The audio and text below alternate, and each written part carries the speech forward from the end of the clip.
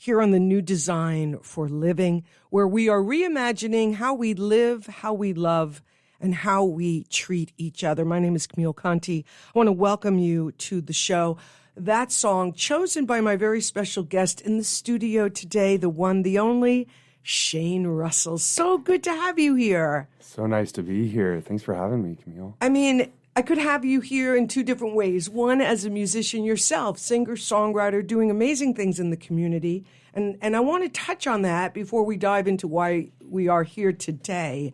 I saw you recently at a house concert, and you were performing with Gracie Elliott. And I had never seen her before. I was blown away.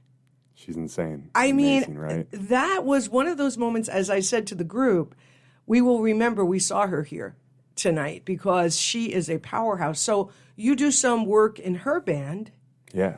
You're a solo musician on your own. And then you have your band, Childish Tycoon. Yeah. Wow. And then I also play drums with Ashley Young. Well, there you go. Yeah. I try to stay busy with the music and play music with my friends is kind of the goal. So that's doing wonderful. that is the reward right there. And so here I am talking to Shane before we go on the air, and I say to him, hey, you know what? I just went to the Valley of the Moon Park. I can't talk enough about this. I think their season is done right now, but you should definitely get in contact with them and make sure you're on the list for next year. And you say... I just was a part of the Rock the Hill event that the Anchorage Concert Association put on, and I was the artist liaison, making sure all the artists were in the right places and making sure all the gear was correct and stuff, and also got to be honored to play with Childish Tycoon, with Ashley Young and Gracie Elliott on that stage. And I'm just so proud of what Anchorage Concert Association is doing for our local music scene. I feel like growing up, maybe just associating them with the PAC and thinking, oh, yeah, when you're a kid, you go to the PAC shows, and those are the people who put it on. Exactly. But getting to be more immersed with them and realizing how much love and how much effort they're putting into our local scene and trying to stay on top of it, because it is hard, right? And is this the first year they've done it? It's technically the second year. They did one last year, which it was just a one-day festival with like Blackwater Railroad, Jangle Bees, and I think there was somebody else. And this year they had 13 local artists come together for a two-day festival, Friday night and all-day Saturday up at Hilltop. And it was so cool to partner with Hilltop, too, and seeing what they do in the summer with their bike, turning the whole ski place into a Bikeville. And we had a bunch of local vendors and food trucks, and then the music going on. And so Anchorage Concert Association was one of the sponsors for Rock the Hill? They were the ones who put it on. Oh, my gosh. Yeah. And there's a lot of other like the Rasmussen, I think, was a sponsor. Alaska Airlines helped them put it all together. CLS, Creative Lighting and Sound, did the stages for us and made us all feel like rock stars. So. That's wonderful. Well, I want to have a rep from them and a rep from the parks people come on the show and talk about this beautiful gift that they have brought to our city. And it's so in alignment with the new design model, which is all about local. It's all about strengthening our connection to each other. I mean, I didn't know we had all these parks by name, right? Right. And so what a beautiful thing to see and to experience. So I was delighted to hear of your involvement with that. Today, though, we're going to talk about your role as the Alaskan ambassador for this nonprofit called Into the Dark Blue. And their focus, their vision, their mission is to improve and address the mental wellness of men in local communities nationwide. But before we get into that specifically, I want to ask you about how it is that you even came to know of this organization. Yeah, it's kind of a funny story, and I think I've gotten better at making this long story short. But I met my friend Zach Jewell. He is somewhat related in my family in Texas, and he came up and visited Alaska, and we hit it off. He was also a musician. He ended up, when I was doing the First Friday events down at Snow City, it just so happened when he was in town, he came in, and I said, oh, you should come check out our show that we host. And it was me hosting, having a bunch of other singer-songwriter friends do a show down there. And he ends up coming up on the stage with us and jamming. And I was like, oh, this is like, new BFF activated, like getting to play music, getting to talk about life. And as I'm driving him to the airport, he's telling me all about this nonprofit he started, Into the Dark Blue. And it originated down in San Antonio. And he, like I said, we're driving to the airport. I'm like, I need to know more. And he goes, well, there's a retreat coming in October. I'm setting up a retreat for all the other ambassadors and anybody that is interested in joining kind of our nonprofit. And so I said, absolutely, sign me up. Now, what year is this? Because they started in 2019, right? Yes. So this was last year of 2024. Okay. I officially met him in August, and that October I went down for a weekend retreat. And it was so eye-opening. I met some amazing guys from all over our country that all feel the same way of that. I would say demographic age-wise, I was on the younger side of this. The rest of them kind of ranging from 35 to 55 years old. And all of them kind of saying, hey, we never really had this outlet and able to talk with other men about the struggles or just life in general. You know, we're tired of the suck it up and push it all down. It's a lot easier to actually talk it out with people. And so going down there for the retreat, it was kind of the sign that I said, you know, I really think Anchorage needs this. I didn't really see any other men's groups or kind of just there's support groups. There's AA and all these other groups that actually I'm unfamiliar with, but I know that are out there, but nothing that really focused just on men's mental health awareness. What can you share something that you're comfortable sharing with regards to your own personal experience at that retreat? Maybe something that was revealed to you that either you weren't aware of or perhaps it was off to the side and you couldn't look at it? Yeah, I would say a lot of self-reflection, taking time to actually sit with your feelings and sitting with an idea or a concept that is shared by a mutual group of peers that all feel kind of the same way. Whether a question was prompted, let's say, hey, who else feels like they can help others at the drop of a hat but can't take time for themselves? And every single person raised their hand, you know? And I think seeing that almost that solidarity or seeing that like camaraderie between all the guys, really you can feel that power because you realize, wow, first, I'm not alone in this. And second, I actually feel like I'm in a safe enough place to experience or to dive into those kind of those feelings and understandings of kind of what it is that I struggle with.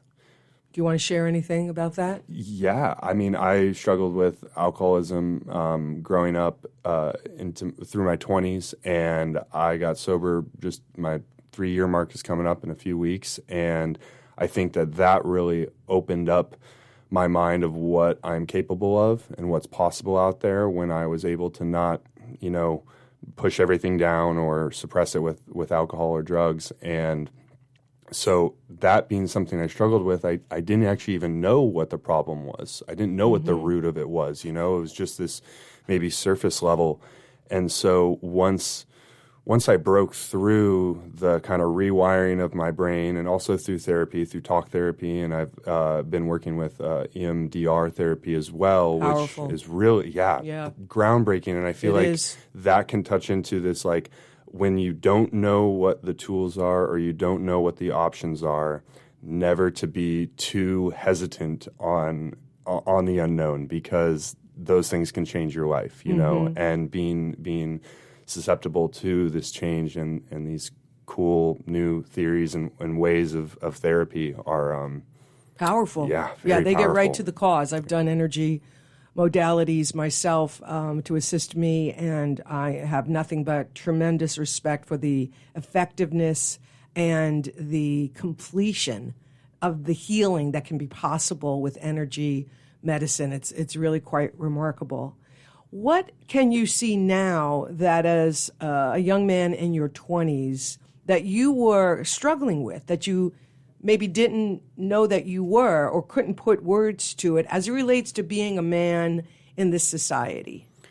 You know, I think a big one that I've struggled with and maybe continue to struggle with, but I've found getting through barriers of it, is being too young to have these problems, or to feel like I'm not, I don't want to say a man enough, but like being looked at as somebody who is strong and capable. And maybe I was lying to myself or just not being honest with myself, but the more and more that I try to achieve and do and get after kind of like what it is that I want to do and allowing myself to do that and stop creating these kind of fake rules that kind of go on in your head. Oh, I can't do that, or I can't do this, I shouldn't do that, or I should do this, which I think I learned from therapy and also realizing from doing the actions or participating in these things.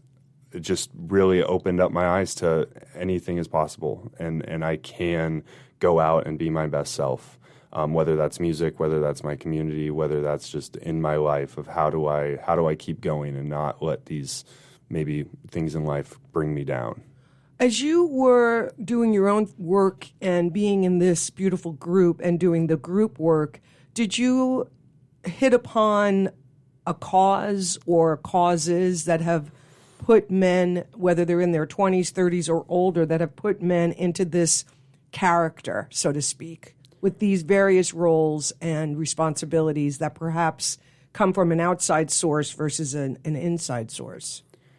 I think the general societal standard for man to be the ones to fix problems, and I think that men are wired that way too. We try to use this logic side of the brain that, I need to fix this, this, and this, and then it will be okay, when that's not always the route or the way of doing things.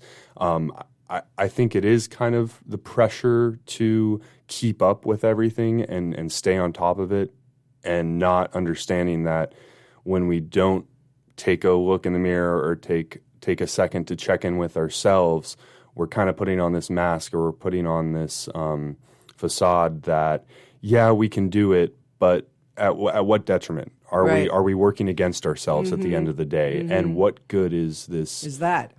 Yeah. Even if maybe we're checking the boxes for some other people, but it's not really checking our own personal boxes. Exactly. Shane Russell is my guest. You know him as a talented musician in our community and state, but he's also a community leader, especially in this role as the Alaskan ambassador for this beautiful group called Into the Dark Blue. Last week, I had my dear friend and collaborator, Blaze Bell, on the show because we've started a group called Women Gathering.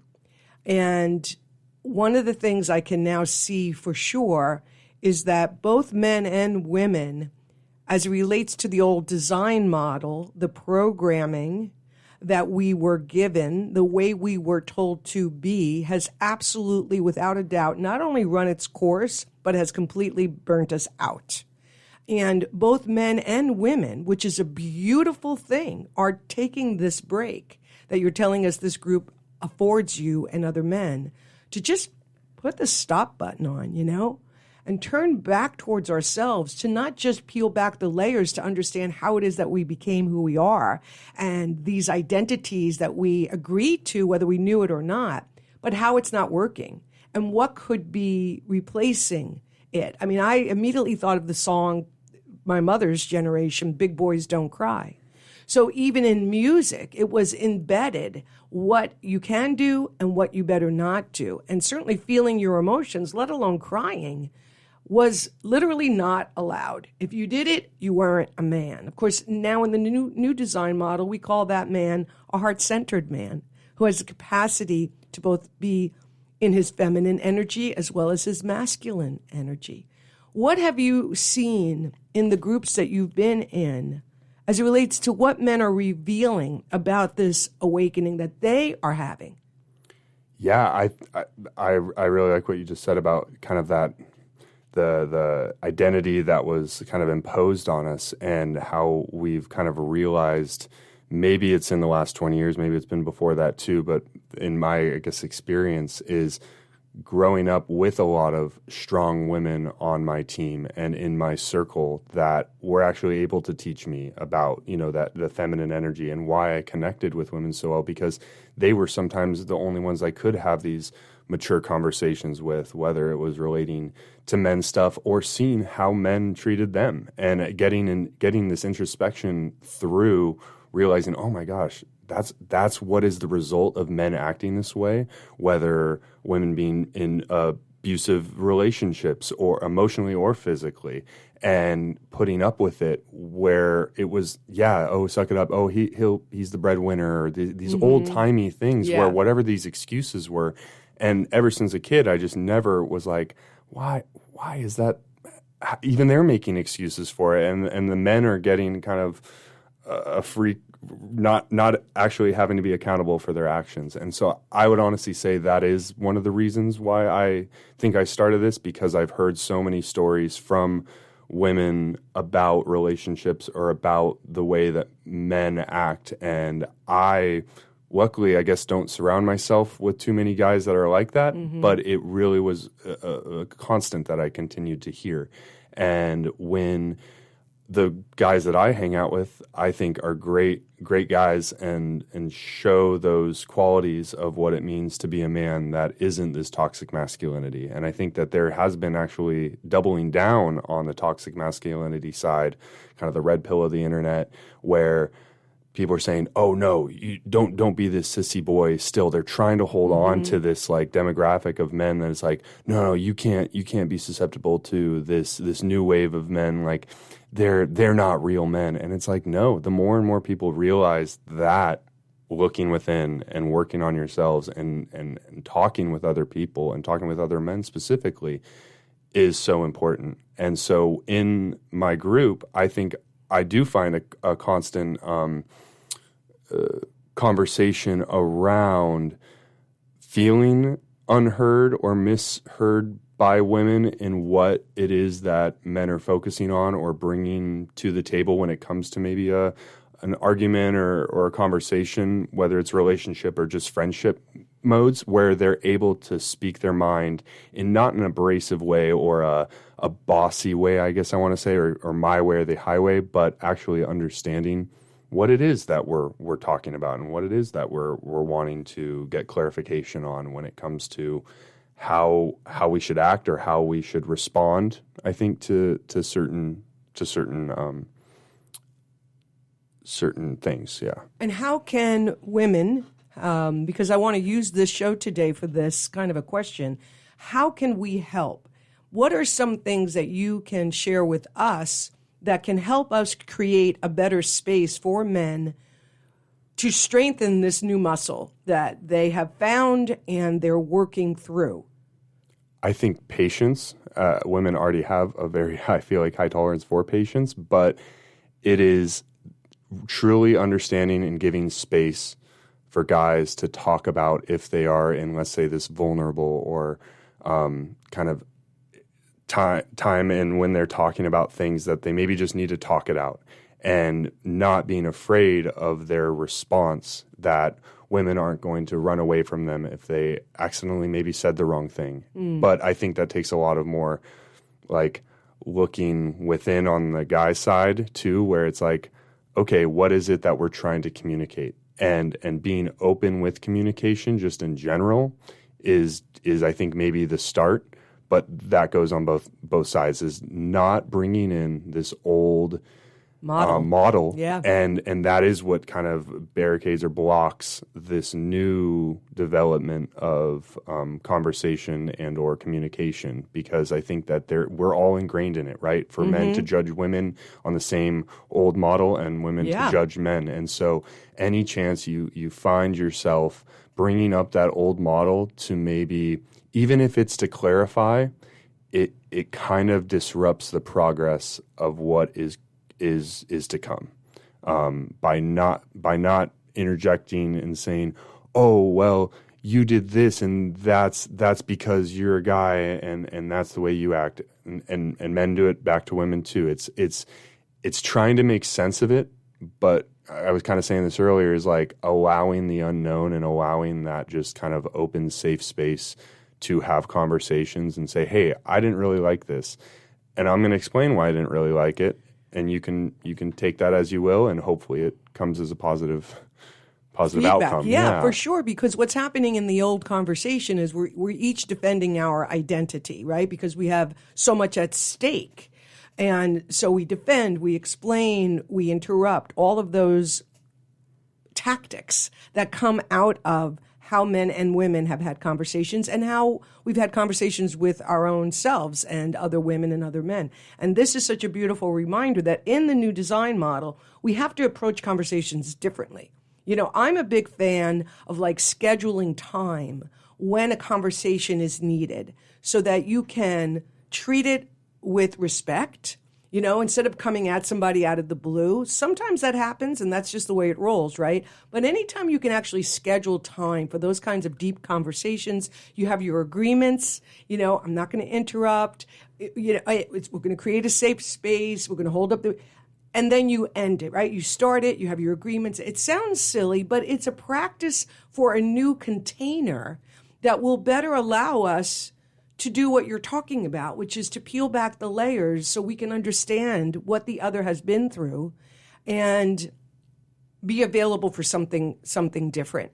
907-222-1061 is the phone number here, 907-222-1061. If you'd like to join the conversation, we'd love to have that. My friend Lance Howard, who's also been on the show, he's doing big work in the community as well, and he's talked about toxic masculinity. Well, how would you explain what that is?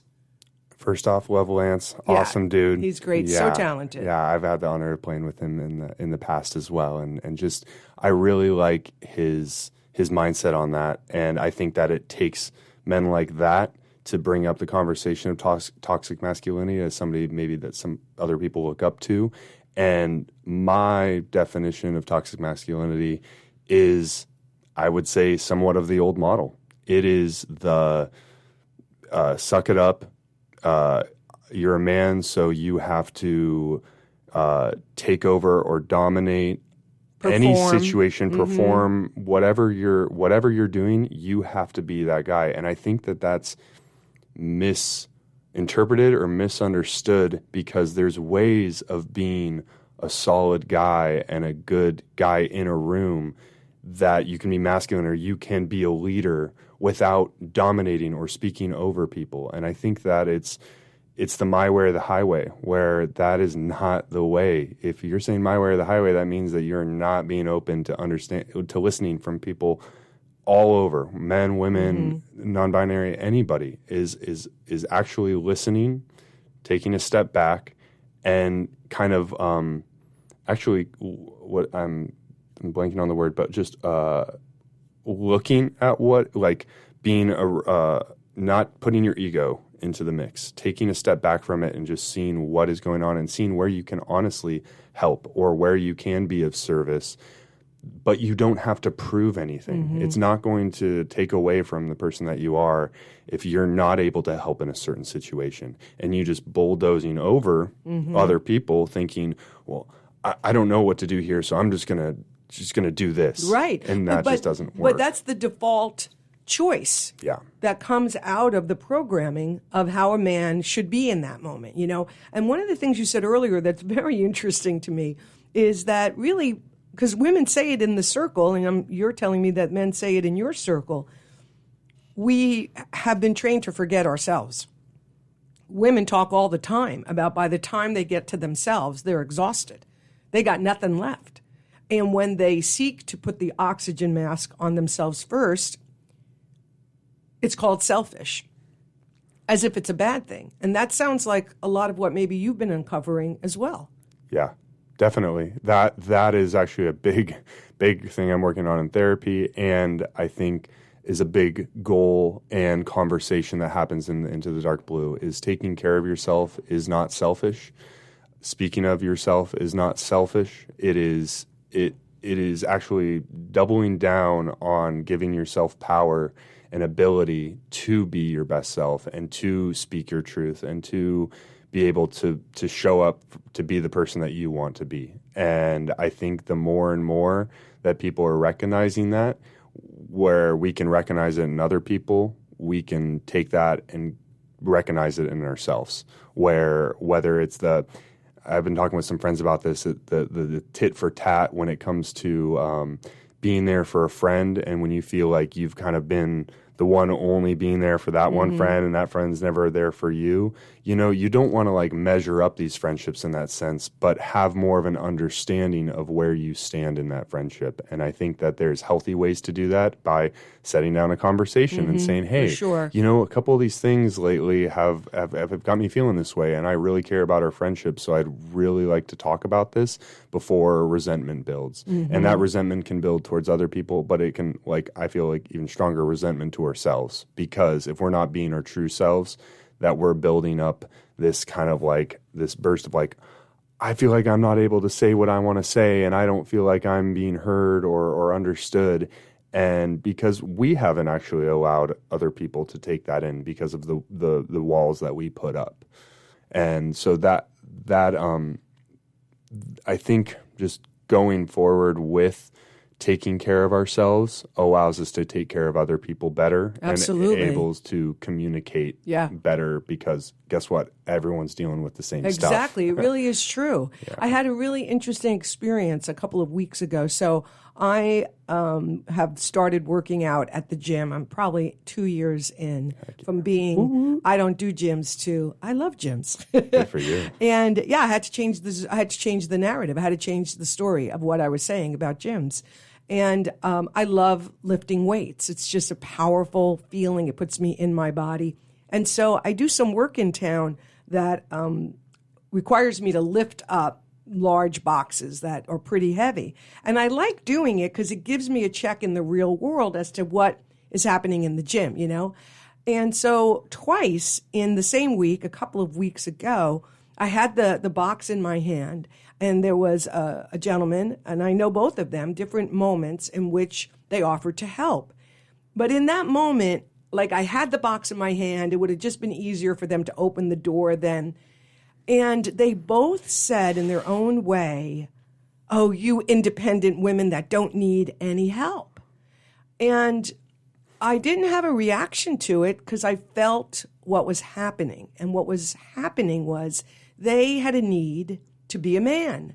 And that need was showing up in that moment to take that box from me, which they saw me having a struggle with, and take it in for me. But in talking about this with other men and other women, what I came to realize, the problem with that is that their sense of self is hinged on another person. Their sense of their own masculinity was hinged on my need to relinquish my own experience. And that is part of the problem across the board, where something or someone outside of us still holds a role to our experience of who we are. Can you talk a little bit about that from your own experience and perspective? I love that example, because I think that is one of the best examples to use to demonstrate the need to be a people pleaser, or the need to, maybe not the need, but where that old model slips into our identity, is that at the end of the day, somebody offering to carry something for somebody else, sure, it's a nice gesture, but it is because somebody is looking to be of use, thinking that that's the manly thing to do, and societally they need to offer that help, which isn't really the case. You're proud of yourself for going to the gym, and you're like, no, I got this box, this is fine. And it's not something I do all the time. Most of the time I've learned, because I learned how to say yes, because I did become an independent woman for a variety of relevant reasons. And I realized, okay, wait, I have to be willing to say yes so that I cannot, wait, let me get this out of my head. I was saying no as a means by which I was identifying my ability not to need help. And so I had to get to a point where I said, no, I don't want that to be true. I actually need help. And so now when people offer, I say yes a lot. It was just unique that in that moment, it would have been just too much to give the box to somebody. Just, you know what I'm saying? Absolutely. But I too have had to learn how to not hinge my identity on the outside. So I just wanted to clarify that. So please continue. I think that touches on hyper independence and touches on kind of the people pleasing and or thinking we have to do something because of a societal standard or because of how we were raised. And I think those things come up very often, that asking for help is not a bad thing. And also offering help isn't inherently like, oh, I'm doing this because she's a woman and she's dainty or needs help, right? Like, I think sometimes that part is kind of brought into the situation. And something that I've learned on my journey is asking for help and learning how to delegate, because guess what? We can't do it all.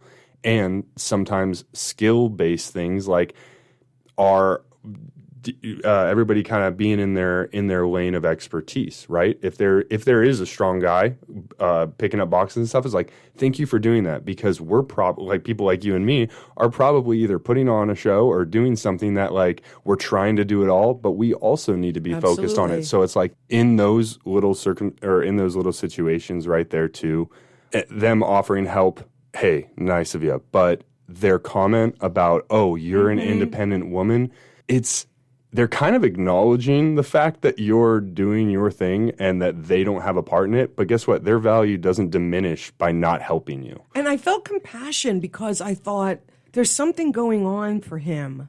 Like something's been taken away from him in a way. For him to fulfill something that he feels is important.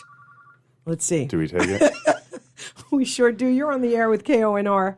Hi, this is Alice from the Valley, and I'm enjoying your conversation so much. And as an older person in my kind of late 70s now, I find people sometimes are surprised when, I get to the door first. I hold the door open for, them, and whether it's a man or a woman, they're not sure how to respond to, so a lot of times I think it's kind of gender neutral as far as learning how to just be human and being, like you are always saying, Camille, that, be kind to one another, just treat people as human. And, if you smile and you're genuine in your expressing your, I can help because I'm in a good spot. But if, I'm at Costco and I'm struggling with a big thing that's above my head, I might catch the next person, man or woman, and say, hey, could you give me a hand with it? Which is, like, for me, I'm pretty tough old gal, and normally I can do those things, but, learning how to just ask for help, but being human. I'm going to let you guys carry it on. I'm enjoying your show. I appreciate that. Sure. Yeah, Thank you. Because the other thing, too, is he represented to me someone who was in an identity, and without being able to fulfill that gesture, there was something that he couldn't experience about himself. And that's why your group is so important for men to unpack that kind of a moment and not have who they are hinged on things outside of themselves. Absolutely. I really, what Alice said, that sticks with me so much because I'm 6'4". I wear a hat that says "Be a nice human," like pretty much a lot of the days, and I think it is gender neutral. And that example that Alice just gave is the best one. It is a simple, kind gesture with a smile that, hey, nobody has to open the door for anybody, but I'm gonna open the door because guess what? I'm here. You're walking up. I don't care if you're a little kid or 100 years old, or what gender, right? Exactly. It's just a kind gesture, and those things do help the world go round. And that even though we're like analyzing this certain situation, I think that it does bring up good points about where it comes from, the identity, and what that means to certain people. Larry David on Curb Your Enthusiasm actually has an episode about that, and Larry has some funny, weird, older, I feel, generation quirks to him, but he has a bit on opening the door, and they're like 15, 20 feet out. It's kind of the awkward time and space. Do you keep the door open for somebody, or do you just walk in continuously? And it had to do with the demographic of the person that he was opening the door for. And he kind of goes, well, you didn't really seem like the kind of person that would want the door open for them, you know? And then, so at what point are we psychoanalyzing somebody's, a stranger's need to have a door open for them, right? Exactly. Like, at the end of the day, what is the point? The point is to be kind to one another and to be a good Samaritan or to be a good human. And I certainly am going through my own identity process where I have been sometimes forced, sometimes not, to accept what identities I've had hinged outside of myself, and having to reconcile when things come to an organic close or a pause or whatever. What are you finding in the groups you're doing in Anchorage? I mean, how are they going? Are they growing every month? I mean, what's happening there? So, yeah, I feel I wanted to say, started in December. So I went to that retreat October 2024. I got I have partnered with Writer's Block over in Spenard, and that's where I host this event. Yeah, Verid is amazing. And when I came to her with it, she, with just open arms, was just like, Shane, thank you. I know tons of guys that would benefit from this, and this is totally something that we would love to partner up with. And so we started in December of 2024. That was the first meeting, and we've been going since then. I was out of town for a couple of the groups, but I would say that the group size wavers each month. I've had a couple friends that are kind of constants that have come, but I really appreciate that the commitment to people showing up every month, but almost every month I also get to meet somebody new, whether a friend brought another friend. And so I've had as small of a group as 3 people, I guess 4 including myself, and I've had a group up to, I think, 10 or 11 people, including myself. And so each time, whether it's a small group or a big group, we haven't had it big enough that we've had to split off into 2. And I feel that everybody has a voice and gets a chance to talk. I call it kind of a Socratic seminar style. When I prompt questions, I am the facilitator, but I'm not the one with the answers. I am just another dude in our community trying to better himself and better his friends. And so everybody that kind of gets a chance to talk about whatever question is prompt, we have a pre-meeting with all the other ambassadors on Zoom, and so that's actually happening tomorrow night, which gets us ready for next week's meetup. And so we do kind of a not a fake, but a trial about dress rehearsal and getting actually some tips and tricks from all the other guys that are ambassadors, which is awesome because it kind of helps us direct the conversation into ways where we're like, oh, I remember when we talked with the guys and we kind of got off topic on this one where I think it could have directed to another talking point or a better group conversation. Yeah. And I've yet to have anybody that I've had to kick out or anybody that's, disrespectful, or it's all been positive, which is great. And that is great. Yeah. And how are men responding to coming out to a public place where they're seen? Are you finding that to be a deterrent or not? I haven't heard it personally. Maybe I have assumed that with lack of participation or attendees at some months. But also, I think there is so much going on in Anchorage, right? And then on a summer day when it's super nice out, it's like, oh, you want to go inside and talk about your feelings? No, I want to go out and explore or something, right? Like, I only assume that, but... We'll talk about it in October. Exactly. But that is, I would, even going back to why I started it, that is the reason. What is there to do in the winter, and to find community and to not isolate? It has been something that I've needed as well. And so... Yeah, I mean, it would be interesting to see what would change, if anything, and if like you say, okay, we're going on a hike or we're going to meet outdoors, or... Because I have known men who have had a sense of embarrassment, again, that comes out of the old design model. What's wrong with you that you even have to go here? What's wrong with you that you can't figure it out on your own? So there's this just a level of shame that is difficult for men to step into in order to step through the door, right? And I'm just wondering how might that be playing out in the groups that you and others are putting together across the country, which is powerful. I think the people that, not to say like, oh, if you know, you know, it's actually pretty cool to work on yourself, you know. I think that the narrative is changing. Great. And I think that I have gotten guys that say, you know, that's not really my thing. And I go, hey, that's no pressure at all. I just wanted to invite you to it. You know, I don't say this because I think you need help. Exactly. I just do it because I think the conversations and the community that gathers from it is very powerful. And I don't think anybody is aware or knows what they're getting into when they sit down and have a meaningful conversation like that. So all of those preconceived things go out the window. Yeah, you have to come with an open heart and a willingness, you know, even to feel the discomfort, right? And genuine too, like actual true authenticity, intention. Yeah. You know, I think one of the things for me, I don't have brothers, but I do have a lot of male friends. I've had some primary male relationships, but one of the things that I feel was really great about Ted Lasso is that they pulled the curtain back on the relationships that men have with each other.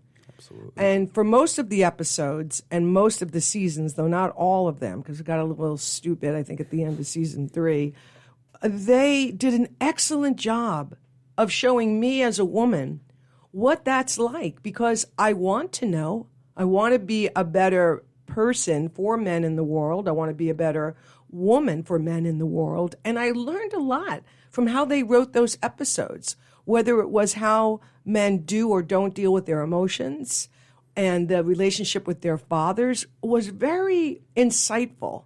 And I think to a great degree did a lot of good in those who watched it to expand the conversation. Do you find that to be true? I agree 100%. Between men talking about that show, what's the last show that you can think of that men were like, yes, it's kind of a comedy, but I would say that's more, we could call Ted Lasso more of like a drama series, you know? Sure. And how many guys were hooked on it because guess what? It's almost that secret thing where they're like, oh my gosh, yeah, I can't wait for the next episode to come out. I wonder what happens with his relationship with his father. Like that was not to say never allowed, but people connected with it. And there's so many people that you wouldn't even think connected to it, whether they felt something very directly related to the show.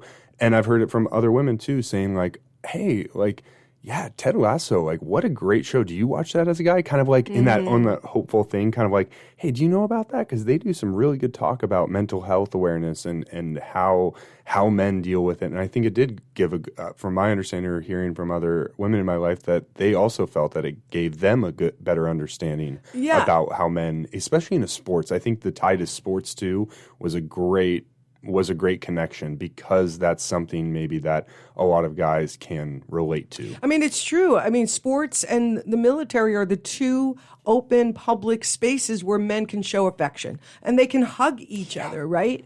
The two scenes that really remain outstanding in my mind is the one, of course, when the father comes into the locker room and berates his son. And, you know, their willingness to hold the space for that and allow it to be as uncomfortable as it became was very powerful television. Yeah.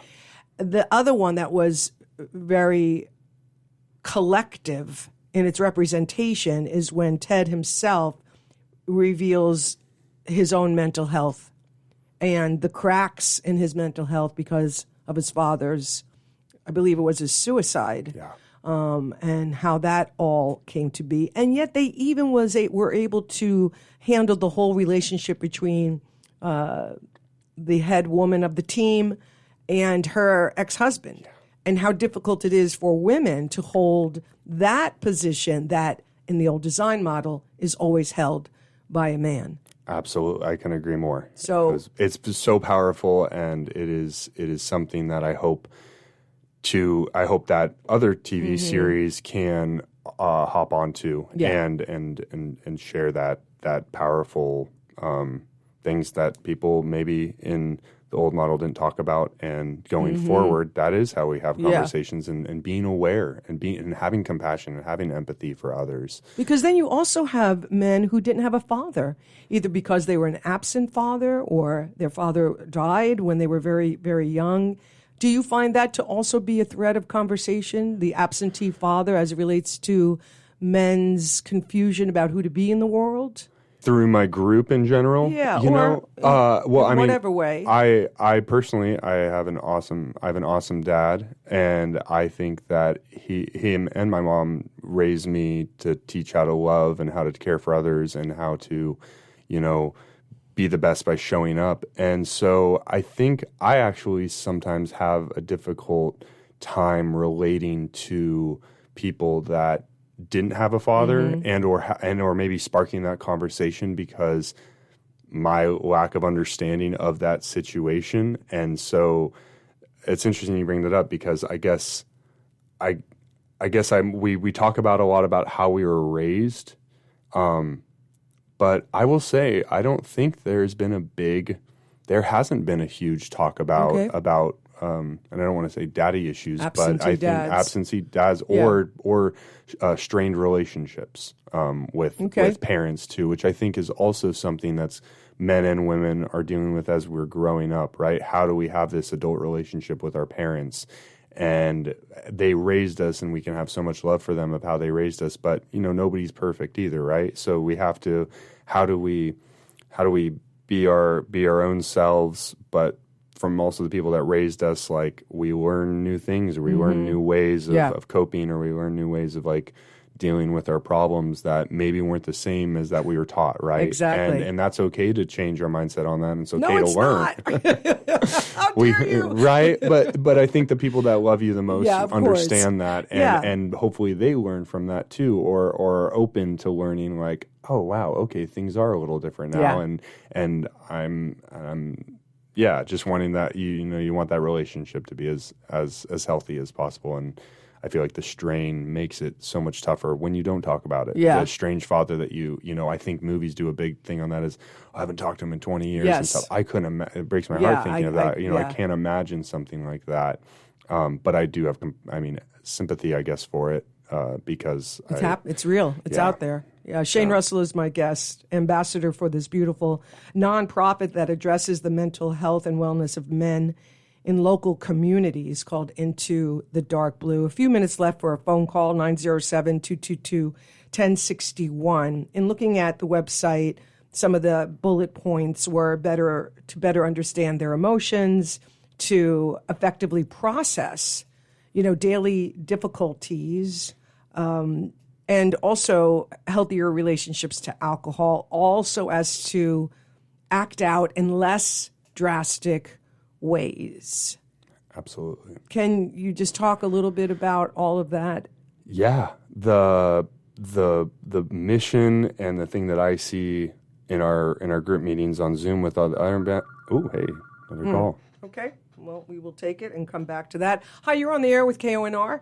Well, hey, CC, this is Duke. Hi, Shane. Hey, Dad. I want to just chime in real quick. I love the show, and I'm just so proud of Shane for showing up with this program and what he's doing, helping the community, and just so very proud of you, Shane, and all the other things too. The singer-songwriter thing, that's kind of like group therapy too, right? Yes. Yeah, I know. I forgot to bring that up. Yes. So there's a lot of different ways that we can facilitate, like, sharing kind of what's going on with us, in these different formats, kind of, or different techniques of bringing these things up, just like with your show, CC, of just bringing it to the attention of people and having them listen in on these kinds of conversations that don't always happen. Exactly. Exactly. So good on both of you guys. Thanks, Duke. Thanks, Pops. Yeah. Great to hear from you. Yeah. Okay. Ciao. Bye-bye. I've had your dad on the show as well. He's a phenomenal individual in our community. Let me repackage this to you as our closing exchange, because I want to make sure we get in when the next group is. I think I was captured by the sentence, so as to act out in less drastic ways. And so if you could just comment on that. My take on that, or understanding of acting out in less drastic ways, I feel like women are at the detriment of when men act out in these irresponsible and inappropriate ways because of whether it's emotional or physical abuse. I've seen it happen, and that is just something that I just don't stand for and don't want that to be out there. You know, I'm hoping that men can look within and or by working on themselves and kind of taking a real solid look in the mirror of seeing like, wow, why am I acting this way? You know, can I find the root of the problem and nip it in the bud, whether it's when I see this happen, I act this way, and it's childlike. It's from a young age, whether you didn't have somebody as a good role model or you acted in this way for attention or thinking that was the only way to hold on to the relationship or have some power over it. Yeah. And I think that getting away from that narrative that we have to be in control of everything, and whether that be a partner or whether that be our own life, let's take control of our own life in the ways that we take accountability and responsibility for our actions and learn from that, in the sense that if you don't like the way that you feel, don't take it out on somebody else. And I also don't want them to necessarily take it out on themselves with a pity party or taking this resentment and letting it build up until we can't handle it anymore. Right. I mean, the two things that may be helpful for you in the new design model as you continue to walk this path with other men is the importance of questions, not their answers, but the importance of questions and our willingness to ask a lot of questions and then hang out in the field that those questions produce.